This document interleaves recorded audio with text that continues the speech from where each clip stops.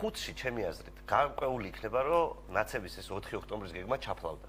და ყველასთვის ეცოდინება, რომ აი კრებაო, წეგან თქვენ სტუმარი ვამბობ და კრებაო დარჩება. კრებასთან პატა ბურჭულაძე. ხო, აი ის კრება, რომელსაც თავმჯდომარეობს ბატონი პატა ბურჭულაძე, დარჩება მხიარული.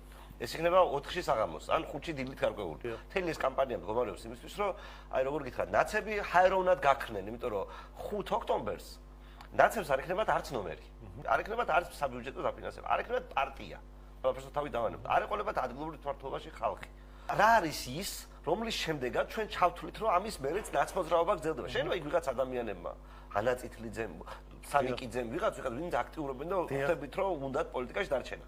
ამ ხოლმე რამე სხვა მოიფიქრონ, მაგრამ უცბად ქართველი ხალხი რო გაიღვიძებს 5 ოქტომბერს, მას შერჩება ქართული ოცნება გამარჯვებული, დაშლილი ლელო გახარიები, რომელიც ერთმანეთს აგინებენ, არარსებული ნაცები, რომელმაც უკვე ეს ხალხი ისევ ტყუილად დაშალეს და კიდევ ერთხელ იმედი გააცრუეს და მე ვთავაზობ ამ საზოგადოებას, რომ აი ამ 5 ოქტომბერს მოდი ერთი იმედი დავიტოვოთ, რომ მეორე ტური არსებობდეს და მეორე ტურში მე ვიყო. შეიძლება ვერ მოვიგოთ ან წავაგოთ, თუმცა ფინალში რა ხდება, არასოდეს არავინ არ იცის, მაგრამ ნებისმიერ შემთხვევაში რაღაც ახალი გამოჩნდება, რომ ქართველმა ხალხმა რაღაცნაირად მოახერხა აი ამ ოპოზიციისგან რაღაცის გამოძერტვა. ერთადერთი შანსი მართლა რომ გავზომოთ, რომ რამე ახალი მოხდეს ამ არჩევნებში. ბოლოს და ბოლოს გამოიკვეთოს რეალური ოპოზიცია. იმიტომ რომ ჩვენ აქამდე რასაც უყურებთ, ჩემი დაკვირვებით, ეს ყველაფერი არის უბრალოდ ფეიქ ოპოზიციის მოწყობილი.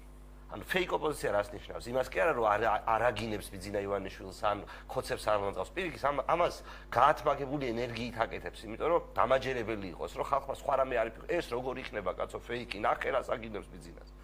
სინამდვილეში აი ეს მორჩეს, იმიტომ რომ ჩვენ ვიცით, რომ როგორც კი არჩევნები მორჩება, ლელო გახარიების ერთიანობას მორჩება, უკვე ფაქტობრივად ამას აანონსებენ.